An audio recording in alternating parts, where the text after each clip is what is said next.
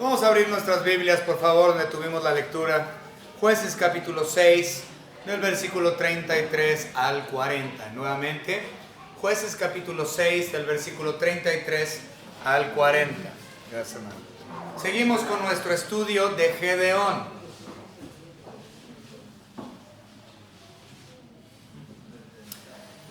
Ya habíamos estudiado anteriormente quién es Gedeón, quién era Gedeón. Al igual que estudiamos también el llamado de Dios para con Gedeón, eso también ya lo estudiamos. La voluntad de Dios era que Gedeón fuera un juez, que él liderara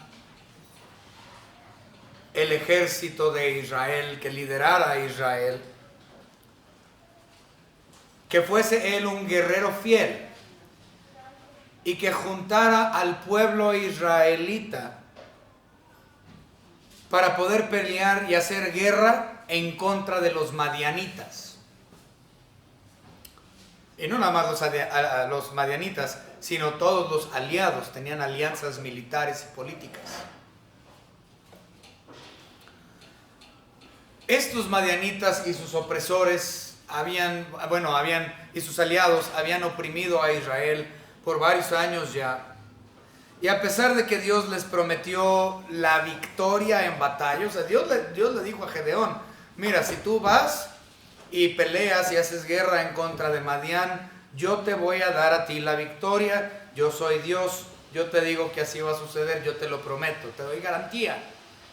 Y si ustedes recuerdan, la semana pasada nosotros estudiamos que eso no fue, o sea, que él dudó, o sea, a pesar de que el ángel de Jehová, Dios mismo, Cristo Jesús, preencarnado, se le apareció y le dijo: yo te doy garantía de victoria, dijo a Gedeón: pues gracias, Señor, pero no te creo del todo.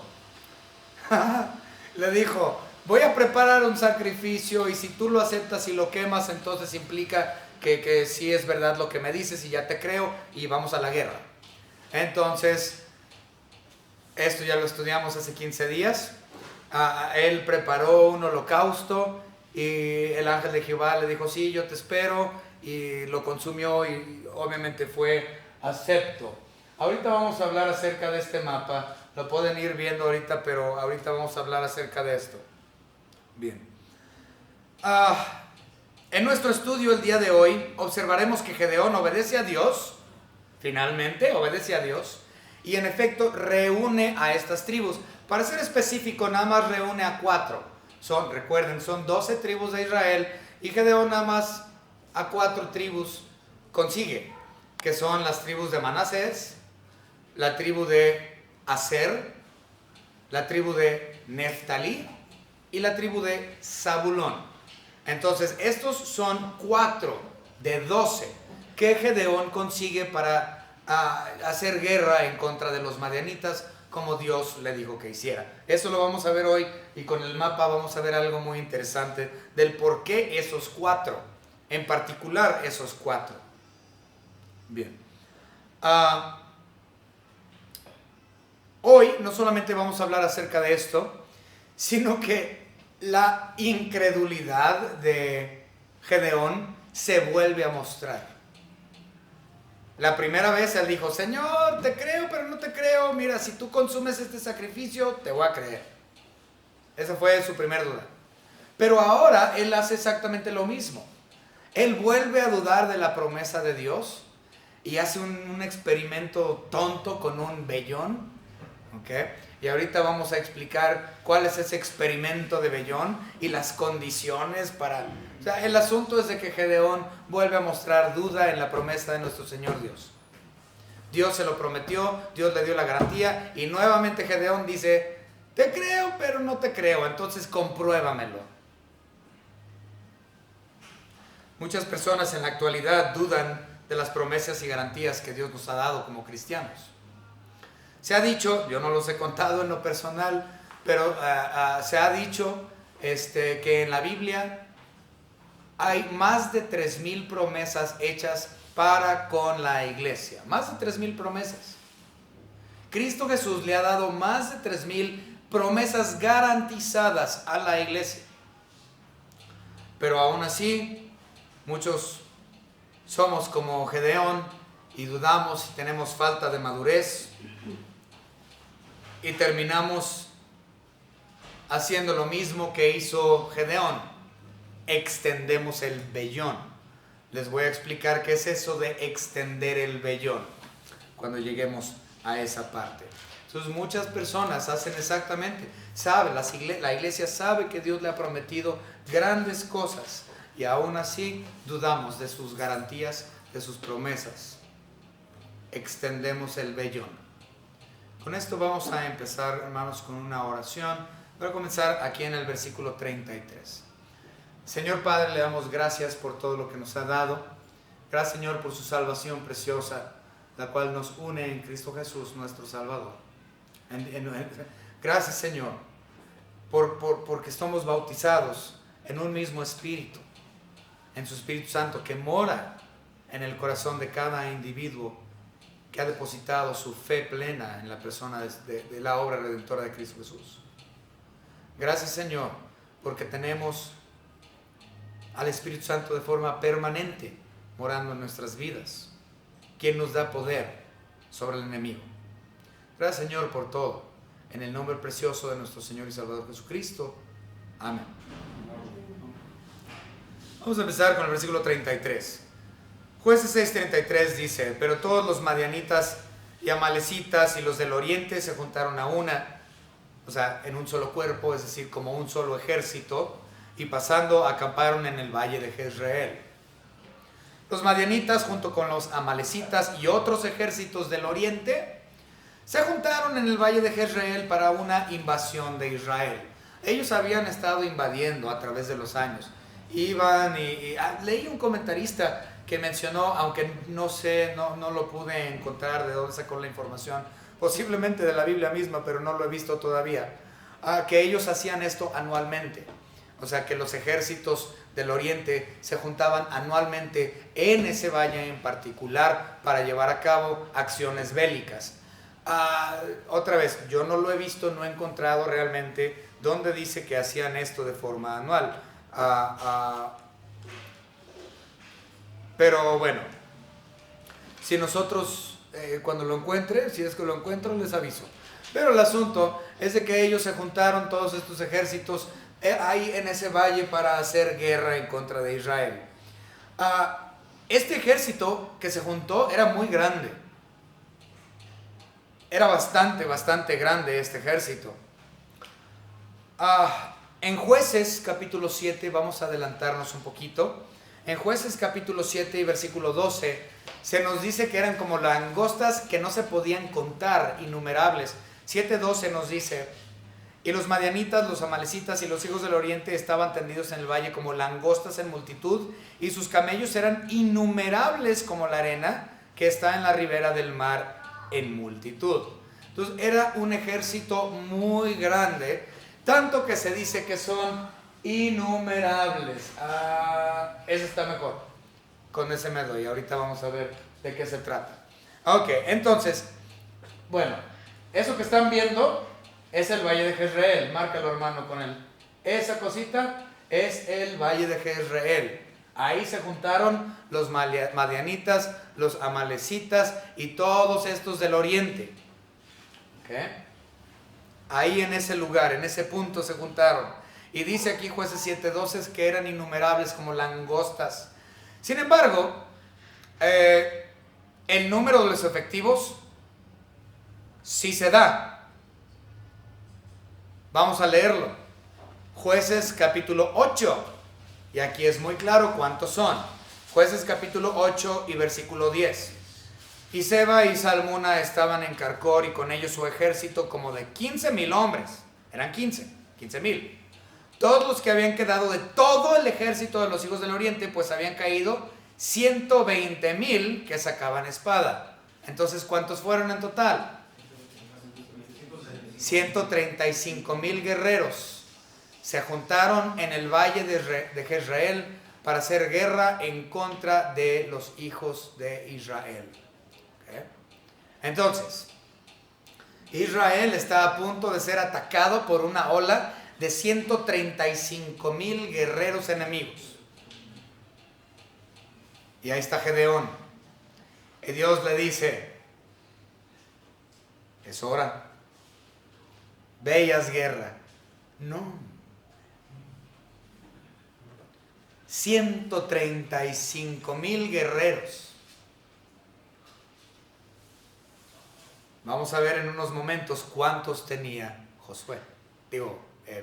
Gedeón. ¿Okay? Vamos a ver cuántos tenía Gedeón.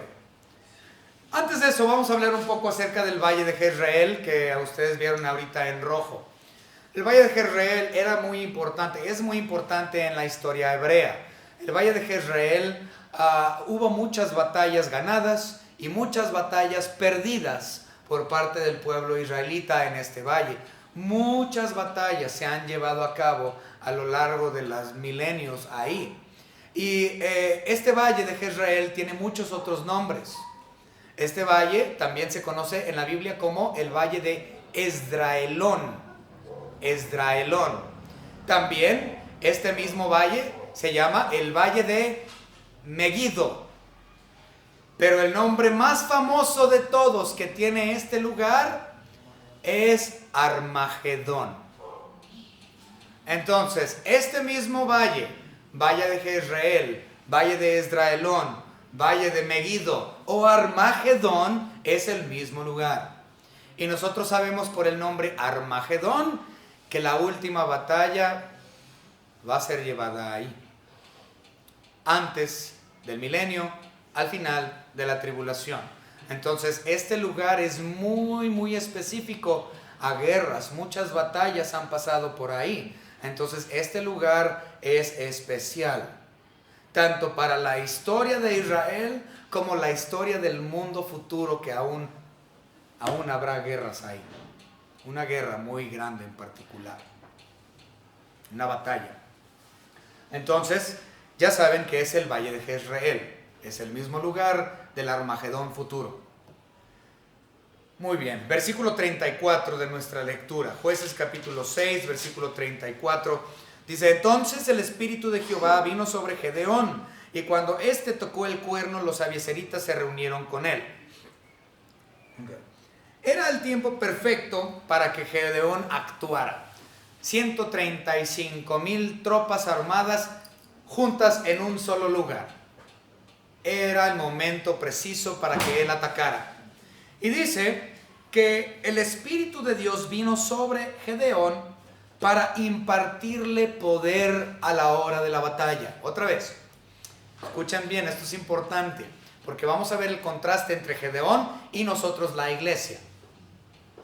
Primero, el Espíritu de Dios bajaba y descendía sobre ciertas personas para llevar a cabo ciertas acciones. Cuando Dios terminaba con esos eventos, el Espíritu de Dios salía de esa persona. ¿Okay? Antes del día del Pentecostés, previo al día de Pentecostés, el Espíritu Santo descendía sobre personas y se iba. No hacía una morada perpetua en ellos. La iglesia nuevo testamentaria, se caracteriza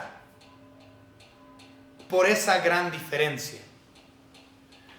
A partir del descenso del Espíritu Santo en el día del Pentecostés, que ustedes pueden leer en el libro de los Hechos capítulo 2, si ustedes quieren ver eso, leerlo, viene en Hechos capítulo 2.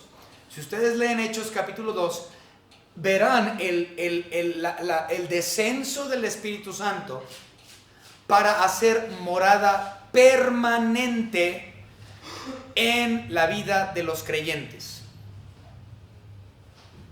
Previo al día del Pentecostés, los creyentes no eran morada o moradas de forma perpetua, era temporal. Dios iba, descendía, hacía su obra, terminaba su acción y se iba. Y la idea detrás de que el Espíritu Santo descendiera sobre Gedeón era para darle poder. El Espíritu Santo es poder. Amén.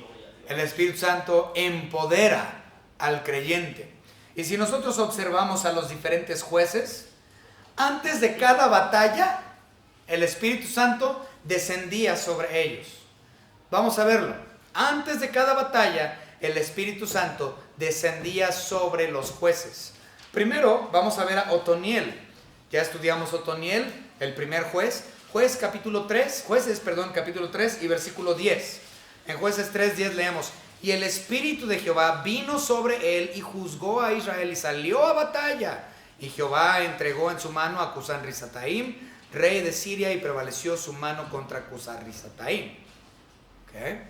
Entonces, el Espíritu Santo desciende sobre Otoniel previo a la batalla. Pero también lo hizo con Jefté. Entonces, bueno, ahorita lo estamos viendo con Gedeón, que desciende sobre él antes de la batalla, que estamos viendo aquí en Jueces 6:34. Pero también vemos a Jefté que pasa lo mismo. Jefté, vemos el juez Jefté en el capítulo 11 y versículo 29. 11:29 nos dice lo siguiente: y el Espíritu de Jehová vino sobre Jefté y pasó por Galaad y Manasés, y de ahí pasó a Mizpa y Galaad, y Mizpa, Galaad, son los hijos de Moab. Entonces el Espíritu Santo desciende sobre Jefté antes de hacer guerra. Y también, ¿saben con quién más? Con el muy conocido e infame Sansón. ¿Okay? Sansón, capítulo 13 y versículo 25. 13:25 nos dice: y el Espíritu de Jehová comenzó a manifestarse en él, es decir, en Sansón, en los campamentos de Dan, entre Sora y Estaol. Y si lo quieren ver, también hay otro versículo que lo menciona. Bueno, hay varios versículos. El 14:6 también menciona lo mismo de Sansón. Y el Espíritu de Jehová vino sobre Sansón, quien despedazó al león, como quien despedaza a un cabrito sin tener nada en su mano, y no declaró ni a su padre ni a su madre lo que había hecho. Entonces, el Espíritu Santo desciende sobre quien él quiere descender para empoderarlo para la batalla. Lo vemos con Otoniel, con Jefté, con Gedeón, con Sansón, con todos los grandes del Antiguo Testamento. Pero nosotros, la iglesia, tenemos un privilegio aún mucho más grande. Porque la iglesia posee al Espíritu Santo de forma permanente. Él no se va. Es decir, que estamos empoderados siempre por aquel quien mora en nosotros.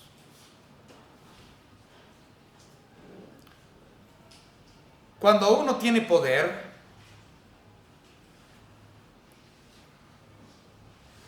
no te da miedo,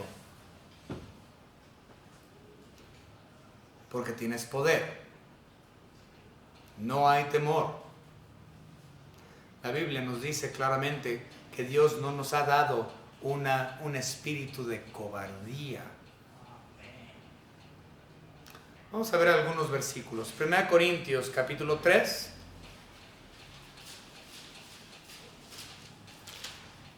Vamos a ver algunos. 1 Corintios capítulo 3 y versículo 16. ¿No sabéis que sois templo de Dios y que el Espíritu de Dios mora en vosotros? Entonces la iglesia nuevo testamentaria es mucho más bendecida que los santos del Antiguo Testamento, puesto que nosotros tenemos la permanencia, somos morada del Espíritu Santo. Previo al del Pentecostés esto no era así. El Espíritu Santo venía, hacía su obra y salía. Nosotros somos empoderados siempre porque somos morada de. Vamos a ver otro versículo, ahí mismo en 1 Corintios capítulo 6 y versículo 19. 6:19 nos dice lo siguiente: ¿o ignoráis que vuestro cuerpo es templo del Espíritu Santo, el cual está en vosotros? O sea, está en mí, está en el cristiano, Él está en mí, el cual tenéis de Dios y que no sois vuestros. O sea, en mí mora el Espíritu Santo, y si usted ha creído en Cristo, usted ha recibido su gracia, entonces en usted también mora ese mismo Espíritu. Y no es un espíritu de cobardía, es un espíritu de poder. Y estamos empoderados con las 24 horas del día hasta el día que usted se muera. Tenemos una ventaja muy superior en cuestión a los santos del Antiguo Testamento. Dios mismo mora permanentemente en el creyente desde el día del Pentecostés. Vamos a ver 2 de Timoteo 1:14.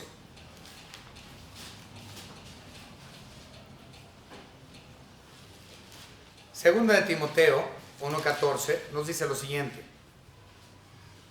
guarda el buen depósito por el Espíritu Santo que mora en nosotros. Él mora, es permanente. Vamos a ver Romanos. Esto va a ser lo último que vamos a ver en cuestión a esto. Romanos 8. Y vamos a leer versículos 9, 10 y 11. 8, Romanos 8, uno de los grandes capítulos de la Biblia. Grandes capítulos. Vamos a leer 8, 9. ¿Qué les dije?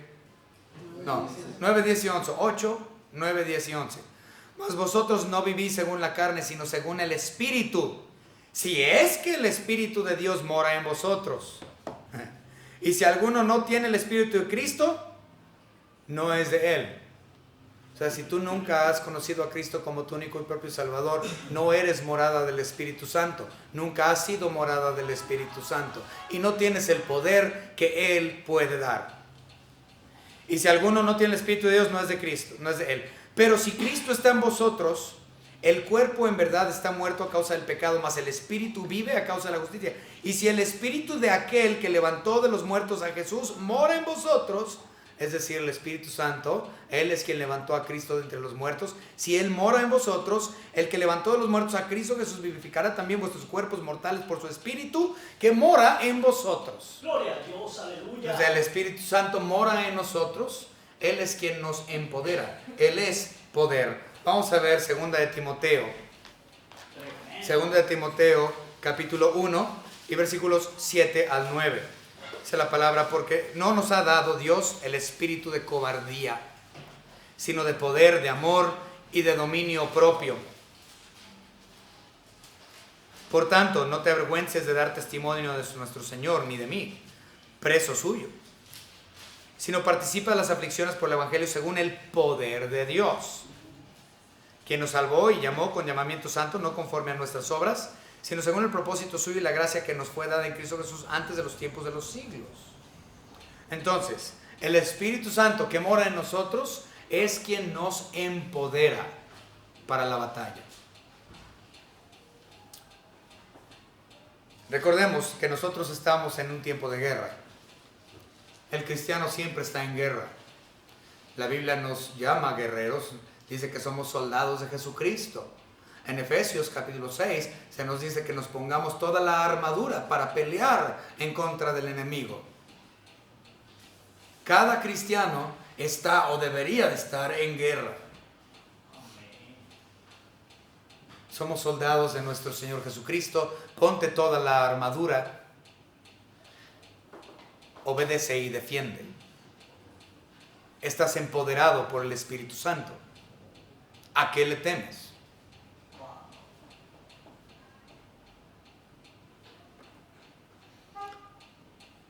Recordemos que cuando nosotros tengamos victoria sobre el enemigo, que sabemos y tenemos esa garantía de victoria, recordemos que la victoria no es nuestra, sino es suya por su poder. Vamos a verlo, Zacarías.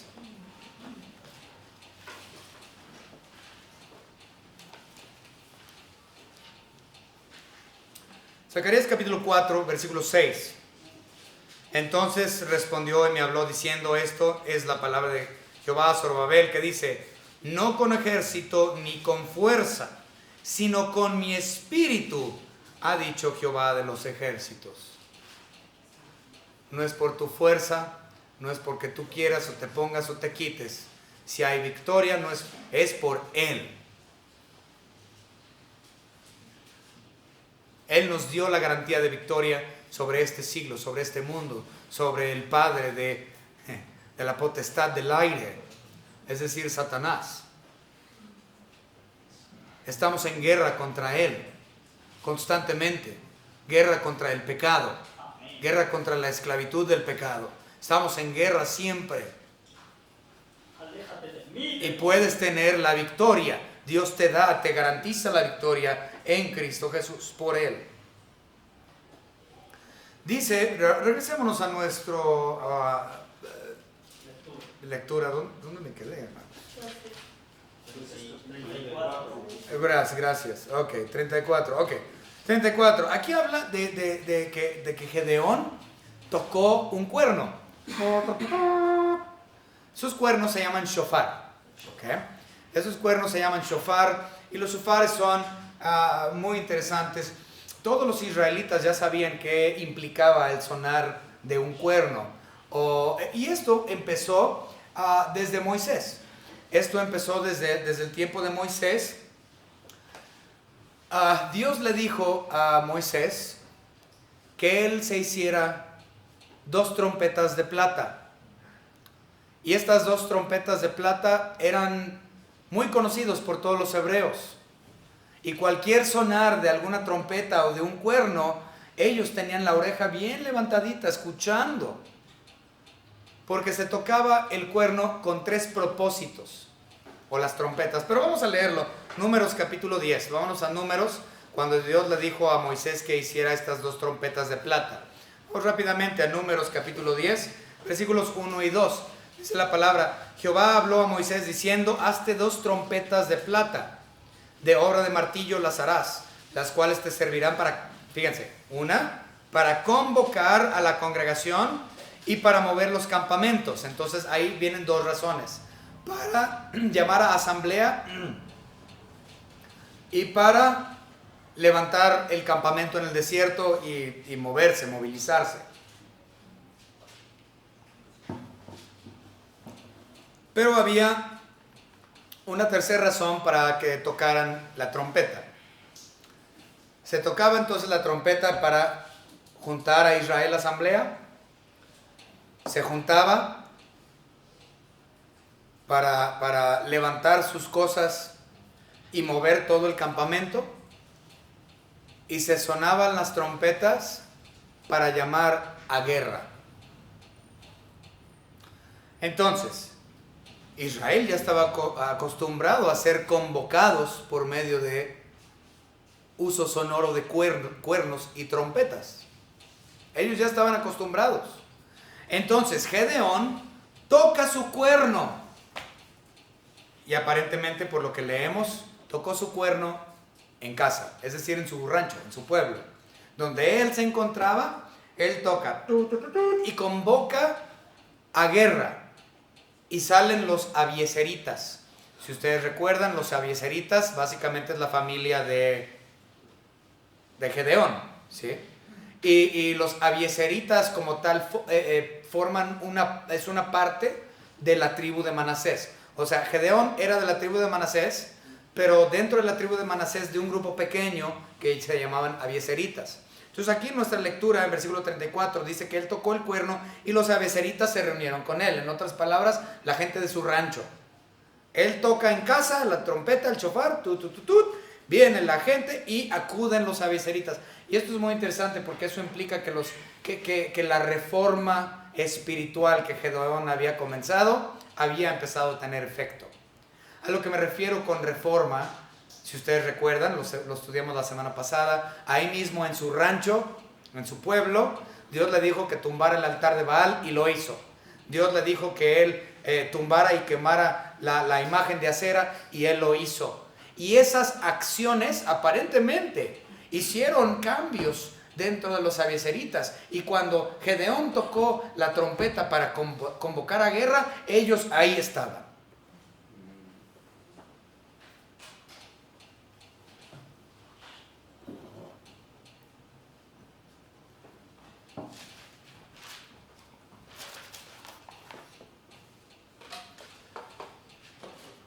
Nosotros observamos en el versículo 35: y envió mensajeros por todo Manasés, y ellos también se juntaron con él Asimismo, envió mensajeros a Aser, a Zabulón y a Neftalí, los cuales salieron a encontrarlos. Entonces, se juntan los abiezeritas y dice Gedeón, ok, listos, vamos a pelear.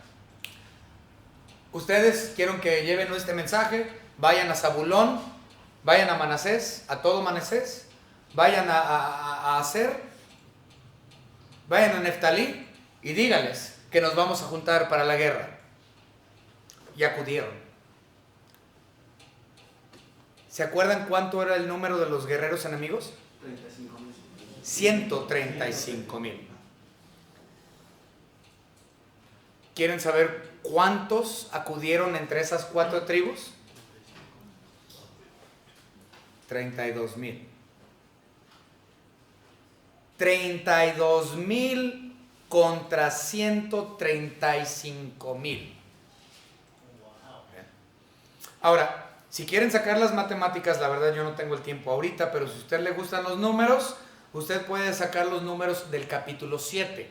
En el capítulo 7 de Josué, que los vamos a ver la semana próxima, ahí viene cuántos vienen de cada uno, y cuántos se fueron, y cuántos fueron collones, porque también hubo unos que corrieron. Entonces, si tú empiezas a sacar todas las matemáticas y las cuentas, te salen 32,000 guerreros hebreos entre 4 tribus, versus 135,000 de Madián, de los amalecitas y de los ejércitos del oriente. La llevaban de perder. Pero ¿saben qué? No nada más la llevaban de perder por la diferencia de efectivos, sino que la llevaban de perder porque el ejército enemigo contaba con una caballería y ellos no. De hecho, algo muy interesante, aquí lo vamos a ver rápidamente. No es caballería, es camelloría. No sé, camellaría. El asunto es de que en el capítulo 7 y versículo 12, vemos que se mencionan ahí los camellos para uso bélico. Y los madianitas, los amalecitas, los hijos del oriente estaban tendidos en el valle como langostas de multitud, y sus camellos eran innumerables como la arena que está en la ribera del mar. Sabemos que los camellos se han utilizado siempre para cuestiones bélicas, pero un punto interesante a saber es que esta es la primera vez en toda la Biblia donde hay mención de los camellos para usos bélicos.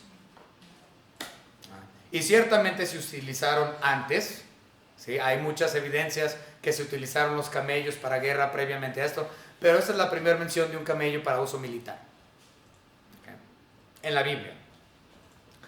Ok, entonces 135,000 monos contra 32,000. Los que tenían 135,000 tenían camellerías y los hebreos no, entonces la llevaban de perder. Sin embargo, una diferencia, la cual hizo toda la diferencia, es que Dios había dado la garantía de victoria a Gedeón.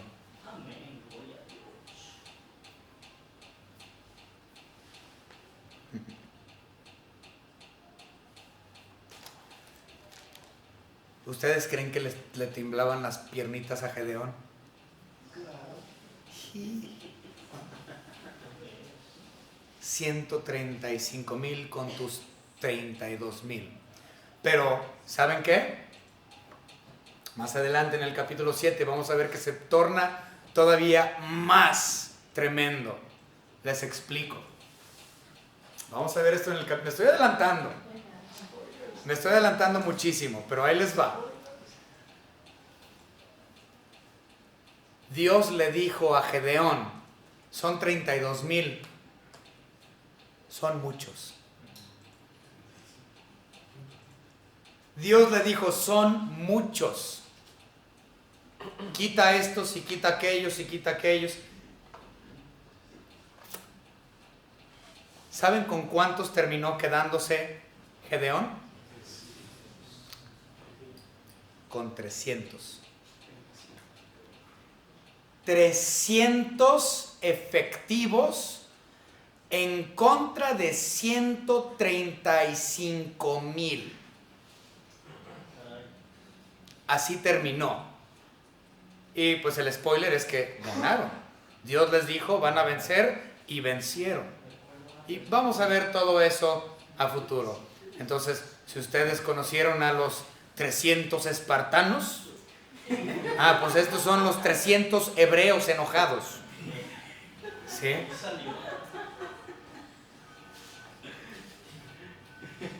Muy bien.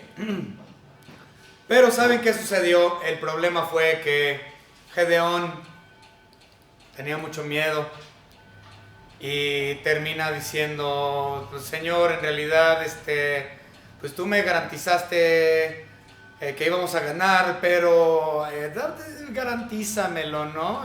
Dame garantía. Una cosa que se me olvidó. ¿Saben por qué son esos 4 tribus? Esas 4 tribus, porque son 12, pero Gedeón nada más fue por 4. ¿Por qué 4 por qué no fue por los demás? Ahí está Megiddo o Jezreel, ¿ya ven? Ahí es donde estaban los enemigos. Observen cuáles son las tribus más cercanas. Manasés, Zebulón, Aser y Neftalí. Ahí está Isaacar, pero Isaacar no se menciona. Entonces, estas son las 4 tribus que están lo más cercano a lo que es el valle de Jezreel. Y por lo tanto, estas 4 tribus eran las más afectadas. Por lo tanto, iba a ser natural que las 4 tribus dijeran, vamos a pelear. ¿Okay? Entonces, por eso se escogieron estas 4. Eran las más cercanas y las más afectadas. Ahora sí, bien, del versículo 36 al versículo 40, lo vamos a leer y se los voy a explicar rápido porque ya no tenemos mucho tiempo, pero quiero que lo comprendan nada más. Ok, dice, y Gedeón dijo a Dios, si has de salvar a Israel por mi mano, o sea, si es cierto lo que tú me dices y tú me prometes la victoria, como has dicho, he aquí yo pondré un vellón de lana en la era. Y si el rocío estuviera en el vellón, solamente quedando seca toda la otra tierra, entonces entenderé que salvarás a Israel por mi mano, como lo has hecho, como lo has dicho. Y aconteció así, pues cuando se levantó de mañana, exprimió el vellón y sacó de él rocío un tazón lleno de agua, y todo lo demás estaba seco, ¿no? Usted preguntará qué es un vellón. Yo les dije que les iba a traer el mío, pero se me olvidó. Un vellón es una piel de borrego, o sea, es lana. Okay, es una piel de borrego como tal. Okay. Si ustedes van a San Juan de Dios, ahí los venden en 500 pesos. ¿Sí? 500, 600 pesos. ¿Sí? Más o menos. Entonces es un cuero de borrego, de lana, eso era. Entonces, él agarró el vellón y él dijo, Señor, si es cierto, quiero que me hagas una señal como garantía de que es verdadero. Entonces dice, Señor, mi condición es esta, yo voy a extender un vellón.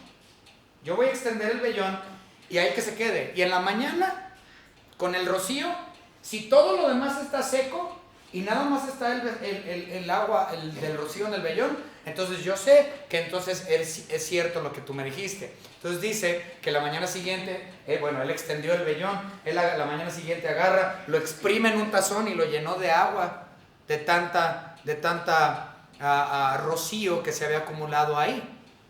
O sereno, no sé cómo lo conozca usted. Entonces, eso fue lo que sucedió. Y Dios así lo hizo. Entonces Dios cumplió con su señal, ¿no? Pero él todavía tenía miedo. Y le dijo, Señor, ahora, miren, fíjense lo que dijo. Mas Gedeón dijo a Dios, no te enojes, ¿no? Que no se encienda tu ira contra mí. Pero, si aún hablar esta vez, solamente probaré ahora otra vez con el vellón. Entonces no fue suficiente con una vez. Dice, Señor, pues, híjole, es que pues te creo, pero no te creo. Entonces, Señor, voy a hacerlo otra vez. Voy a volver a extender el vellón, pero ahora que sea al revés. Que el vellón esté seco del rocío y que el rocío o el sereno cubra todo lo demás. O sea, a la inversa. Y fue así, fíjense. Te ruego que solamente el vellón quede seco y el rocío sobre la tierra. Y aquella noche lo hizo Dios así, solo el vellón quedó seco y en toda la tierra hubo rocío. En 3 ocasiones dudó Gedeón y en las 3 ocasiones Dios le dio señal y comprobó Como cristianos en la edad de la iglesia, debemos comprender que esta onda de extender el vellón no es realmente bíblico. O sea, para conocer cuál es la voluntad de Dios. Otra vez, el extender un vellón o cualquier idea como esa no es un método bíblico para poder determinar la voluntad de Dios. El acto de extender un vellón es utilizado por aquellos quienes, como Gedeón, carecen de fe, carecen de la confianza en la persona de nuestro Señor Jesucristo, el ángel de Jehová.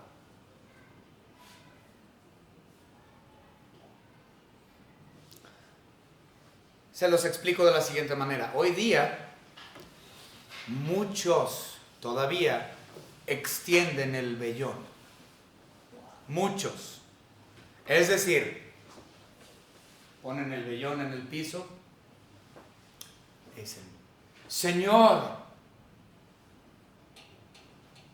si esto viene de ti, compruébamelo. Te pido que hagas esto y esto y esto por mí y te creo. Están condicionando a Dios para tomar una decisión sobre la voluntad de Dios. Muchos hacen eso. Esto es incorrecto. Como cristianos de la edad de la iglesia, debemos comprender que esto, otra vez, no es necesario si en verdad eres salvo. Ya que si verdaderamente eres salvo, posees el poder del Espíritu Santo en ti. Y por Él y por Cristo Jesús tenemos a Dios de nuestro lado. Y también la victoria.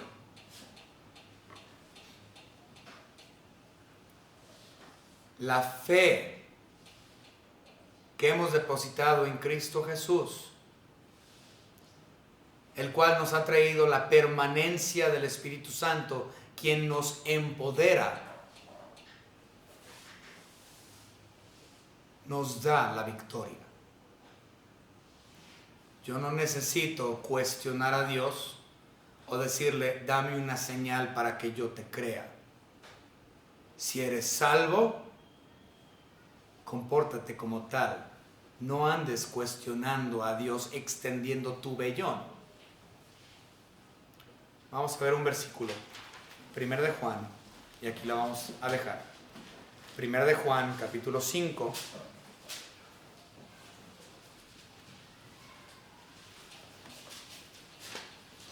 Versículo 4. Porque todo lo que es nacido de Dios vence al mundo. Hay victoria para aquel quien es nacido de Dios. Y esta es la victoria que ha vencido al mundo: nuestra fe.